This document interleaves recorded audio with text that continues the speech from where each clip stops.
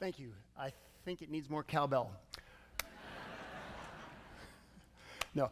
There's a simple decision that we could all make right now that would make an exponential growth, an acceleration in every area of our life. I know because I did it. This will change. It will draw a line in the sand between everything that has come before and the amazing growth that you'll experience in your relationships, your career, your health, everything in your life. 16 years ago, I was in a position where I was doing pretty well as a guitarist and comedian. I was getting bookings. I was winning some awards. And I have a mentor friend who said, "That's great. Have you resolved to be the best?" And he meant like my personal best, not compared to anyone else. And I was like, dude, that's guitar player talk. Dude, I'm doing pretty well here. And he was like, dude, that's not what I asked you. Have you resolved to be the best? And I started thinking about it. And the answer knocked me over. No, I had not. Here I was doing what I feel like I've been put on the planet to do, and because it's working, I was coasting. Turns out most of us are coasting in some important area of our life. And here's the problem with coasting. It only happens downhill. So it was that day that I made the decision that changed everything. But I personalized it, and I wanted to expand it because I see the art in every part of life. I made the choice to become a virtuoso. A virtuoso in the art or music world is someone who has dedicated his or her life, who's achieved a level of mastery and skill supreme.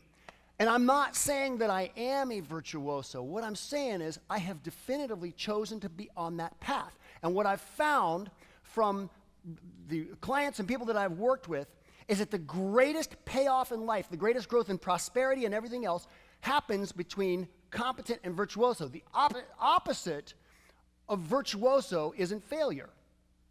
The opposite of virtuoso is competent. There are many competent people. There are precious few virtuosos.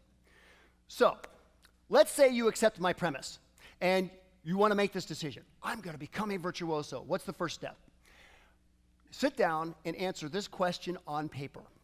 What would it take for me to become a virtuoso?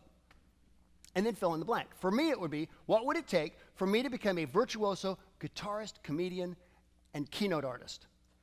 It might be a virtuoso professor, a virtuoso social worker, a virtuoso CPA, a virtuoso janitor, teacher, whatever it is. And then answer the question. Some cool things will happen when you sit down to do this. For me, at the time I made this list, and I came up with about 11 things I could be working on. When I made this list, I'd been playing guitar for probably 20-some years. The first thing I wrote on the list was, take lessons. Who knew? I mean, I'm self-taught, right? We get proud of that. I'm self-taught. Here's the problem with being self-taught. The teacher's not that good. Right?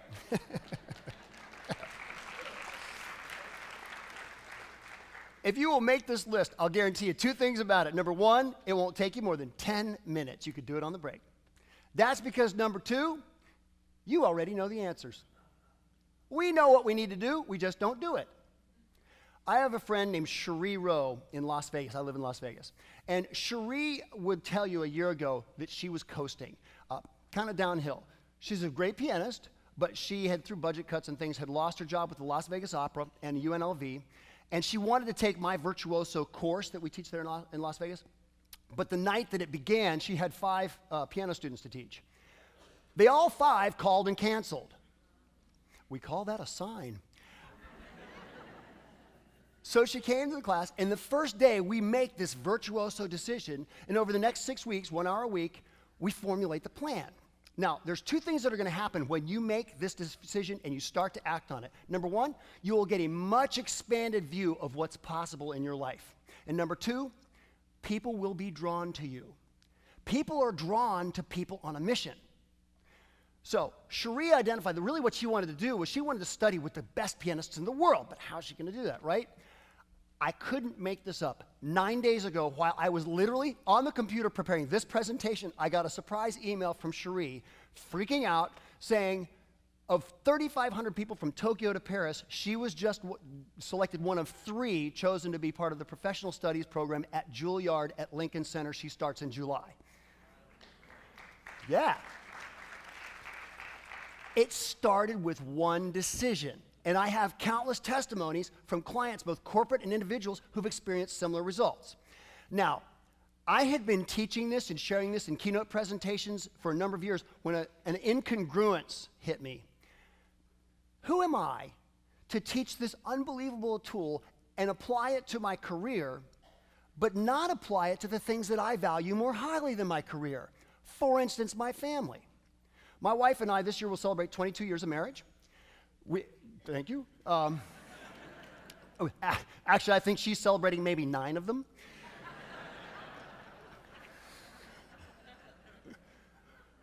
So I went home and I sat down. I said, what would it take for me to become a virtuoso husband? Guys, if you make this list, I'll tell you number 1 on the list. Ask your wife.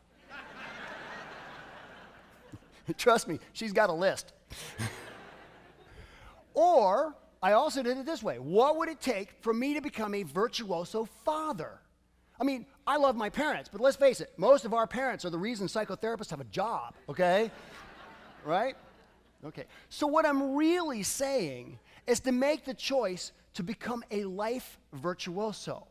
Becoming a life virtuoso is not about trying to be good at everything. It's about being great at the most important things. And really, why wouldn't we? Now, lest you think I am advocating a type A overachieving workaholic approach to life, I am not. When we work through this, there are a number of habits that need to be developed to make this happen, to become a life virtuoso. The number 1 most important habit is sleep. None of us get enough sleep. You cannot be a life virtuoso bleary-eyed. I also have to tell you about my friend Toby. Toby's a guy I went to college with. Toby's stated goal in life is to do as little as possible. Okay? So you figure, slacker, right? No. Toby is a virtuoso audio engineer. He's worked with the best in the world, B.B. King, Ringo Starr, Dolly Parton, across the spectrum. Toby accurately reasoned that if he is the best, his personal best at what he does, he will get paid the most, he will work with the best, he will be done the fastest, and he can be at home in front of the television, which is what he wanted in the first place. My father passed away almost 2 years ago, and it was sad, but it wasn't unexpected. And as my siblings and I were going through his things, we found some things that totally surprised us. In fact, I brought it, but it's backstage. We found Boost Your Memory Learning cassettes on VHS and cassette, okay? We found Tony Robbins tapes and plans for businesses that we knew nothing about. The sad thing, the thing that hurt, is they were all unopened. He'd made the choice, but he never acted on it. And I don't want that for you. What I'd like is for all of us to make that choice, to become a life virtuoso. It's not about trying to be good at everything. It's about being great at the most important things. And it's my hope, personally in my life, that my kids will be the first, when they look back at my life, not to say, wow, it's too bad about Dad. I want them to look back and be the first to declare, hey, Dad really was a virtuoso. So I'm going to do one more piece in my quest for that end, and it's something I've never played as a solo on one acoustic guitar. It's about my favorite piece in the world, Beethoven's Fifth Symphony, attempted on one acoustic guitar.